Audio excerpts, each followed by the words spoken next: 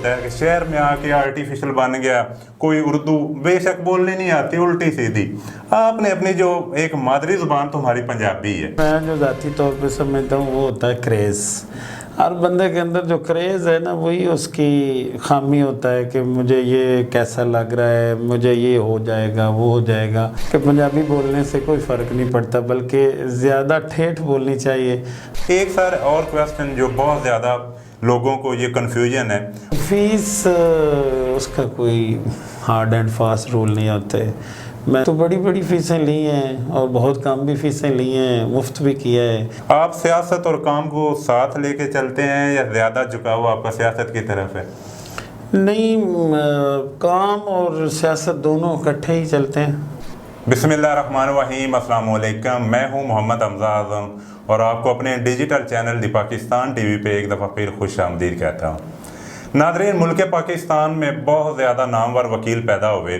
कायदे आज़म के बाद इस धरती ने ऐसे ऐसे वकील इस मट्टी ने पैदा किए हैं जिन्होंने अपना लोया मनवाया है।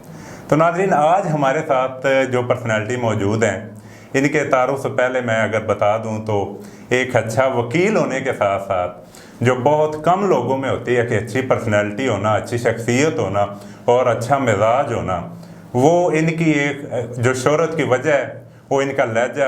मेरे साथ मौजूद हैं फ़याज़ अहमद रांझा साहब, advocate supreme court of Pakistan है, पहले सेक्रेटरी भी रह चुके हैं लाहौर हाई कोर्ट बार के। आइए खुश आमदीद करते हैं जी। अस्सलाम वालेकुम। वालेकुम अस्सलाम। नाज़रीन, मैं अगर आपको इनकी तबीयत के बारे में बताता जाऊं तो हम इनके दफ्तर गए थे। दफ्तर मुझे जब पता चला, मेरे वालिद साहब के ये दोस्त थे कि मैं पर्सनली, जब मुझे ये भी नहीं पता था कि ये मेरे वालिद साहब के दोस्त हैं, तो मैं एक दो दफ़ा इनकी मुलाकात हुई मेरी इनके साथ हाई कोर्ट में। तो जो इनका एक ख़ास लहजा था उससे मैं बहुत ज़्यादा मुतासर हुआ, मैं अट्रैक्ट हुआ। उस वक्त मुझे नहीं मौजूद था, पता था कि इनका क्या नाम है। उसके बाद मेरे वालिद साहब ने एक दफ़ा जिक्र किया तो मेरे ज़हन में फ़ौरन वो फ्रेम आ गया कि ये तो वही पर्सनैलिटी है। फिर मैंने मिलने भी गया, तो अभी मेरी ये पर्सनल विश थी कि मैं इनका एक पॉडकास्ट करूं। तो हम इनके दफ्तर गए तो इन्होंने जी मुझसे पूछा कि आपने अपना स्टूडियो भी बनाया है।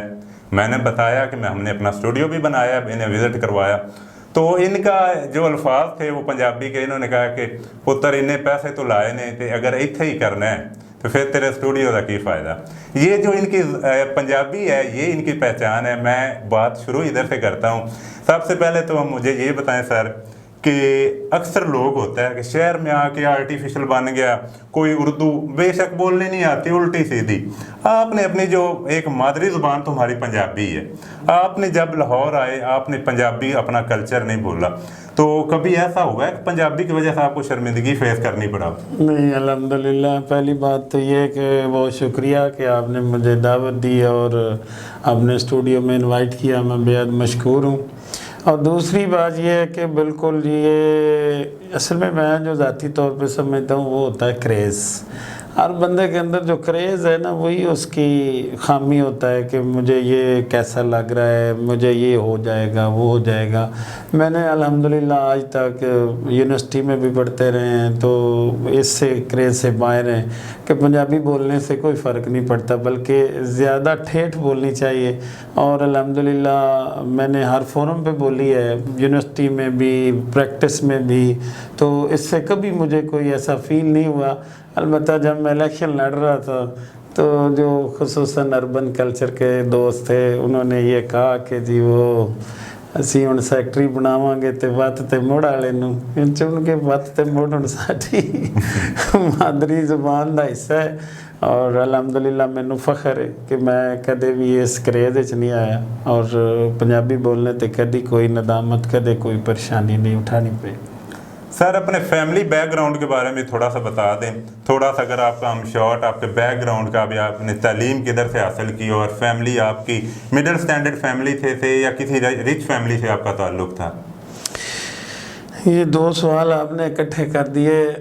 सच्ची बात है कि मैं अपने आप को बहुत खुशकिस्मत समझता हूँ कि एक बहुत बैकवर्ड इलाके से मेरा ताल्लुक़ है। और खुशकिस्मती कहें या बदकिस्मती के 2 डिस्ट्रिक्ट की बाउंड्री पे हम जो है वो रह रहे हैं। मंडी बौद्दीन और डिस्ट्रिक्ट सरगोदा की बिल्कुल बाउंड्री है। हमारा कुछ थोड़ा सा रकबा मंडी बौद्दीन में है, बाकी सरगोदा में हमारे जो काउंटिंग है वो तहसील कोट मोहम्मद डिस्ट्रिक्ट सरगोदा में है। लेकिन हमें बिल्कुल करीब जो पड़ता है वो मंडी बौद्दीन हमारे घर से 50 किलोमीटर है और सरगोदा जो है वो 84 किलोमीटर है। लेकिन ये है कि अल्हम्दुलिल्लाह दोनों में है। बहुत बैकवर्ड इलाके से मैं तालीम के बारे में आपने पूछा तो बड़ा क्रूशल था। मैंने हमारे जो हम डेरा जात पे रह रहे हैं, गांव से 7 किलोमीटर दूर हमारा घर है और वहाँ से ये ज़राए रसल और रसायल तो आज की बातें बिल्कुल भी नहीं थे और हमारे करीब कोई सरकारी स्कूल भी नहीं था। मस्जिद मकतब स्कूल था। मस्जिद मकतब स्कूल में हम ये कुरान पाक पढ़ा करते थे और साथ हम जो है वहीं पे पढ़ते थे ये दुनियावी तालीम जो है। लेकिन ये होता था कि हमारे साथ एक चक है, वहाँ पे जो सरकारी स्कूल है उसमें हमारे नाम एडमिट रहते थे जितने लोग हम वहाँ पढ़ते थे। तो कभी कभार कोई उनका जो इंस्पेक्शन डे वगैरह होता था या फाइनल इम्तिहान के लिए वो हमें ज़हमत देते थे, बाकी हम वहीं पे पढ़ते थे। और फिर 5वीं जमात तक जो है वो वहीं पे। 6ठी में मेरा जो दाखिला है वो बाबड़ा हाई स्कूल था उस वक्त, गवर्नमेंट हाई स्कूल बाबड़ा, वहाँ पे 6ठी जमात में दाखिल हुए। 6ठी से लेके तो 10वीं तक वहाँ पे 1993 में मैंने अल्हम्दुलिल्लाह मैट्रिक किया। तो फर्स्ट टाइम मैंने गवर्नमेंट कॉलेज सरगोदा देखने के लिए सरगोदा देखा कि क्या सरगोदा क्या है। 1993 में मैं एडमिट हुआ गवर्नमेंट कॉलेज सरगोदा में। तो मेरी इंटरमीडिएट वहाँ से, फिर मेरा ग्रेजुएशन वहाँ से, फिर उसके बाद पंजाब यूनिवर्सिटी आ गए और पंजाब यूनिवर्सिटी से फिर एमए में भी दाखिला लिया, एलएलबी में भी लिया और लॉ और एमए यहाँ से किया। फिर इंटरनेशनल इस्लामिक यूनिवर्सिटी इस्लामाबाद से एलएलएम किया। उसके बाद अभी पंजाब यूनिवर्सिटी में दोबारा जो है वो पीएचडी के स्टूडेंट के तौर पे एनरोल हूँ। माशाल्लाह, अब भी साथ वकालत के साथ साथ आप स्टूडेंट भी हैं। इसका मतलब अब स्टूडेंट्स के मसाइल भी आप जानते हैं। अगर उसके रिलेटेड भी क्वेश्चन किया जाए तो आप उसका भी जवाब तो दे सकते हैं। जी, मैं अपने आप को बड़ा लकी समझता हूँ कि जिस बैकग्राउंड से हम हैं और हमारे लिए ये रेगुलर यूनिवर्सिटीज़ और कॉलेजेस में पढ़ना बड़ी खुशकिस्मती की बात है। लोगों के पास वसाइल ही नहीं थे, बेचारे हमसे जो लायक लोग थे, मुझे आज भी याद है कि जिन लोगों ने मुझसे ज़्यादा नंबर मैट्रिक में लिए वो बेचारे कोई एयरमैन होके रिटायर हो गया है, तो कोई बेचारा किसी लैब में काम कर रहा है। जिनके 700 नंबर थे, मैं तो बड़ा एवरेज सा स्टूडेंट था। तो दूसरी बात यह है कि रेगुलर सारी यूनिवर्सिटीज़ तक एजुकेशन है। और फिर ये कि 2008 से मैं मुख्तलिफ़ यूनिवर्सिटीज़ में पढ़ा रहा हूँ, जिनमें सबसे पहले पंजाब यूनिवर्सिटी गुजरांवाला कैंपस में 2008 में पढ़ाना शुरू किया। फिर बहुत सारी universities, even Punjab university, government college university Faisalabad और गुजरांवाला कैंपस और 1-2 प्राइवेट लॉ कॉलेजेस और यूनिवर्सिटी लॉ कॉलेज, यहाँ सब में पढ़ाया। इसलिए स्टूडेंट के साथ आज भी स्टूडेंट भी हैं और टीचर भी हैं। अगर देखा जाए तो कुछ बंदों की एक ज़ाहिरी खूबसूरती वो भी बड़ा मैटर करती है। आप ज़ाहिरी तौर पे भी माशाल्लाह बहुत ज़्यादा हसीन है। हमें अभी ये है, अभी आपसे कोई फ़नी क्वेश्चन भी हो जाए, कुछ लोग पाकिस्तान के सीरियस मसाइल ही डिस्कस करते रहते हैं। ये जो स्टूडेंट्स को अक्सर इश्क विश्क हो जाता है, आपका भी कोई यूनिवर्सिटी में या कभी ऐसा चक्कर रहा है? नहीं, वो सानू तो वैसे ज़्यादा पेंडू करके ट्रीट करता है यूनिवर्सिटी आए, लेकिन ये नहीं, ऐसा कोई हुआ नहीं है। क्योंकि रेगुलर स्टूडेंट के तौर पे इस्लामिक यूनिवर्सिटी में तो अलग-अलग कैंपस थे। जब एलएलएम था और एलएलबी में भी हमारी जो क्लासेस थी, हम वो उसमें भी हमारी सेपरेट क्लासेस थी। और बीए तक तो वैसे भी कोई एजुकेशन नहीं थी। लेकिन ये है कि यूनिवर्सिटी जो है उसको देखा बड़े गौर से है, उसके डिसिप्लिन्स को आज भी पंजाब यूनिवर्सिटी जो है वो उसमें हमें बहुत अट्रैक्शन फील होती है, अपना घर लगता है। ऐसी कोई बात हुई नहीं है, वरना मैं ज़रूर शेयर करता। अच्छा सर, मैंने इससे पहले फरहाद अली शाह साहब का इंटरव्यू किया था, तो मैंने उनसे एक सवाल किया था यंग लॉयर्स के बारे में। उन्होंने एक सजेशन दी थी कि हमारे हाई कोर्ट लेवल या हर कोर्ट लेवल तक ये एक होना चाहिए सिस्टम के हर वकील पे ये नेसेसरी होना चाहिए कि वो 2 स्टूडेंट्स को कम से कम अपने पास रखे, उसे ट्रेनिंग दे, ये एक लाइसेंस के लिए भी ये नेसेसरी हो। आप क्या समझते हैं कि जो यंग लॉयर्स आते हैं जिनके अच्छे ताल्लुक होते हैं वो तो अच्छे ऑफिस में एडजस्ट हो जाते हैं, दूसरे जो होते हैं उन्हें मसाइल ही देखना पड़ते हैं। आप मुझे ये बताएं कि फरहाद अली शाह साहब ने जो ये एक सजेशन दी थी, आप किस हद तक इसके साथ एग्री करते हैं? वो बात शाह साहब ने बिल्कुल ठीक की है कि अगर इस तरह से पाबंद कर दिया जाए, अब चूँकि आप देखें जो वैसे भी क्वालिफ़िकेशन है कि जिसकी 10 ईयर प्रैक्टिस है वो ही किसी को एनरोल अपने साथ एज शागिर्द कर सकता है, तो होना चाहिए। लेकिन अब उसमें आगे बड़े मसाइल हैं। कुछ ये कि मिसाल है किसी के पास ऑफिस छोटा है, वो उनको उस तरह से मेंटेन नहीं कर सकता। फिर जो बच्चे आते हैं उनके साथ अब स्पेशल जो ज़्यादा मसाइल हैं वो मैं समझता हूँ कि जो हमारी लीगल फर्टेनिटी में बच्चियाँ आ रही हैं, अब या तो बड़े बड़े ऑफिस हों, उनको उस इज़्ज़त एहतराम के साथ बिठाया जाए और उनको पूरा टेबल मिले। अब होता ये है कि वो सीनियर्स उनको अपने साथ इनरोल कर लेते हैं, लेकिन उनको वो जो उनका ड्यू प्रोटोकॉल है वही नहीं दे सकते। लेकिन अगर ऐसा है असूली तौर पे इस पे तो जो अभी सुप्रीम कोर्ट ने जजमेंट दी है ये लीगल एजुकेशन कमेटी के हवाले से और उन कॉलेजेस के मेयार को बेहतर करने के लिए, उसमें मज़ीद अगर वो जिस तरह से अभी पाकिस्तान बार कौंसिल में एक वो एजुकेशन वाली एक सीट क्रिएट की गई है, उनके ज़िम्मे लगाएं, वो इस तरह से पाबंद करें। लेकिन होना ये चाहिए कि जिस तरह से वो सुप्रीम कोर्ट में भी स्टार्ट हो गया, हाई कोर्ट में भी होना चाहिए कि ये जो नए बच्चे बच्चियां आते हैं इनको वो क्लर्क के तौर पर शामिल करें और वो कोर्स करवाएं और इंटर्न पे करें, तो ये ज़्यादा खूबसूरती होगी मेरे ख्याल में। एक सर और क्वेश्चन जो बहुत ज़्यादा लोगों को ये कन्फ्यूजन है आजकल, ये एक लोगों के माइंड में बात है कि जो आसमा जहांगीर ग्रुप है वो ऐसे ही समझ लें कि वो नून लीग का ग्रुप है और हामिद खान ग्रुप जो सा है वो इमरान खान का ग्रुप है। मुझे तो इस बात से, मैं पर्सनली तो नहीं इस पे ये सोच सकता, क्योंकि वकील जो हैं वो आपस में एक फर्टेनिटी की तरह है। आप क्या समझते हैं अभी, क्या ऐसा कोई सिस्टम में चल रहा है? नहीं, ये बात एक हद तक आपकी दुरुस्त समझते हैं, क्योंकि वैसे तो मैं आपको सच्ची बात बताऊं, हमारे ग्रुप में इस तरह की कोई बात नहीं है कि जी जो नून लीग की पॉलिसी होगी हम उसको सारे कैरी, बिल्कुल भी नहीं है। लेकिन अब चूँकि हमारे जो 2 सीनियर सरबराह हैं, अब उनकी चूँकि एफिलिएशन, अब ताड़ साहब की एफिलिएशन जो है बतौर सेनेटर नून लीग के साथ है, तो और बुन साहब ने भी उनको सपोर्ट किया है जिस तरह से वो पिटीशन की मियां नवाज शरीफ वाली, तो वो ये समझते हैं कि जो नून लीग की पॉलिसी है वही हमारे ग्रुप की, तो ऐसी बिल्कुल भी बात नहीं है। अगर ऐसे होता तो पीपल्स पार्टी वाले दोस्त, जमात इस्लामी वाले दोस्त, मौलाना फजल रहमान साहब वाली जमात के लोग और जो दूसरे लोग कराची में हैं दीगर पार्टीज़ के लोग, वो हमें क्यों वोट करते?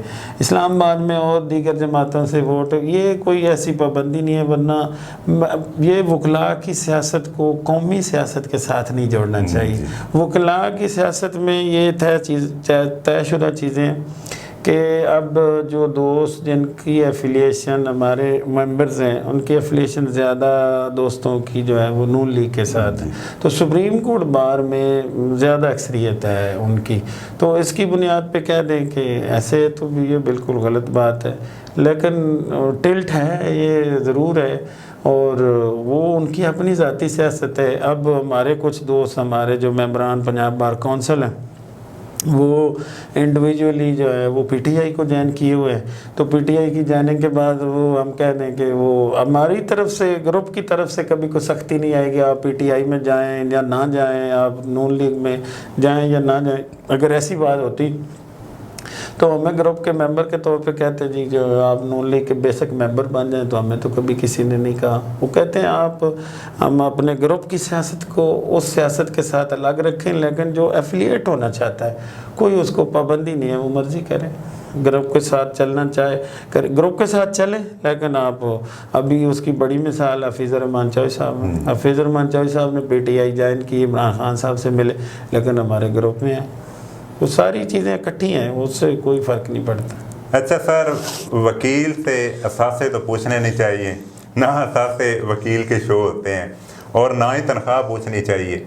अगर आपका एस्टीमेट थोड़ा सा हम पूछें आपकी फ़ीस के बारे में, कि हमारे नादरीन में से कभी कोई आपको एज अ लॉयर अगर आपकी उसे थोड़ा सा आइडिया दे देंगे, तो किसी केस में अगर उसने आपको वकील करना हो, तो ये नहीं कि वो आपके दफ्तर से आके मायूस होके जाए। नहीं, पहली बात आपका कंसेप्ट क्लियर करूं कि 99% जो एडवोकेट सुप्रीम कोर्ट हैं, बल्कि 100%, कि मैं जो है मेरी टैक्स पेयर हूँ मैं 2012 से, और जितने मेरे एसेट्स हैं वो सारे मेरी टैक्स रिटर्न में हैं।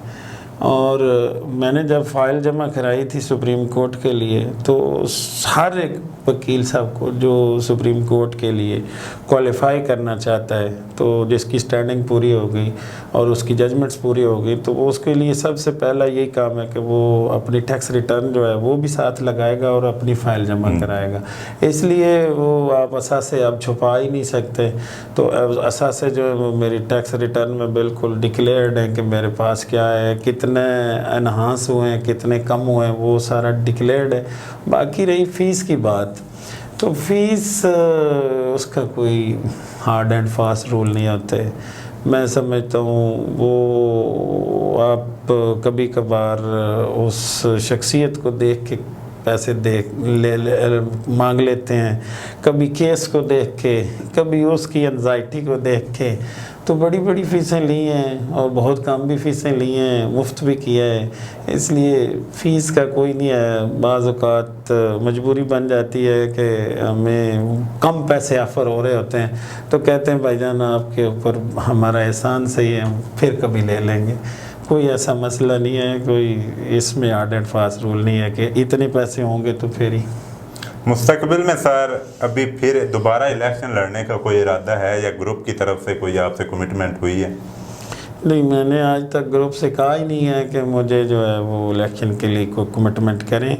तो दूसरी बात ये है कि चूँकि यही काम है, अगर अल्लाह ने ज़िंदगी रखी, सेहत सलामती रही, तो यकीनन ख्वाहिश तो है, अगर अल्लाह कबूल करेगा, और ग्रुप में ज़रूर रिक्वेस्ट करेंगे कि जी कोई जब बारी बनेगी तो इंशाल्लाह लड़ेंगे। सर आखिर पे एक सवाल ये भी है, अभी उमूमन ऐसा ही होता है कि कुछ वकील तो होते हैं वो सिर्फ सियासत तक होते हैं महदूद, कुछ होते हैं वो सिर्फ अपने काम तक महदूद होते हैं। आप सियासत और काम को साथ लेके चलते हैं, या ज़्यादा झुकाव आपका सियासत की तरफ है? नहीं, काम और सियासत दोनों इकट्ठे ही चलते हैं, कि उसके लिए आप रोक नहीं सकते। अब जिस बंदे से आपने मदद ली है और उसकी बारी आई है तो आप सिर्फ काम करेंगे, तो ये तो वैसे नाइंसाफ़ी है। और वकालत जो है वो चूँकि हमारा उड़ना बिछौना है, हमें रिज़्क उससे आता है, तो जिसका ब्रीफ लिया है वो भी ड्यूटी करनी है और साथ साथ सियासत भी करनी है। तो अल्हम्दुलिल्लाह आपके दिल में हो ना कि मैंने किसी की मदद करनी है, तो अल्लाह ताला टाइम निकाल देते हैं और मदद भी हो जाती है। वो दोनों चीज़ें साथ साथ इकट्ठी मिल के चल जाती हैं। जी नाज़रीन, आपने फ़याद अहमद रांझा साहब की गुफ्तगू सुनी। कुछ सवाल थे जो इनके आने से हम क्लियर हो गए हैं, हमें भी आपको। जो एक बहुत लोगों के ज़हन में एक बात चल रही थी ये इलेक्शन की, क्योंकि मुझे पर्सनली कुछ दोस्तों ने कहा कि इस पर आप वीडियो बनाएं, इस पर बताएं कि ये इलेक्शन फेयर नहीं हुआ। लेकिन इनके आने से ये हुआ कि बात क्लियर होगी। इनकी गुफ्तगू आपने सुनी, तो शुक्रिया अदा करते हैं हम फ़याद अहमद रांझा साहब का कि इन्होंने इतनी ये मोहब्बत की कि स्पेशल हमारे पास आए और इन्होंने इज़्ज़त दी। दफ्तर गए तो उन्होंने कहा कि आप जाएं, मैं आपके पास खुद आऊँगा। तो हमारी दुआएं और बेस्ट विशेज़ इनके साथ हैं कि अल्लाह करे फ्यूचर में अगर ग्रुप की तरफ से इन्हें फिर, क्योंकि ऐसे लोगों की अभी तक भी अपने कल्चर को उन्होंने अडॉप्ट किया है, और जिस तरह फ़ीस का वो बता रहे थे तो मुझे लगता है कि अगर गांव के जो इस तरह के वकील होते हैं, जो गांव से उठ के आते हैं, अगर उनके पास कोई साहिल आ जाए तो ये जो शहर के वकला होते हैं उनसे ज़्यादा रिस्पेक्ट देते हैं।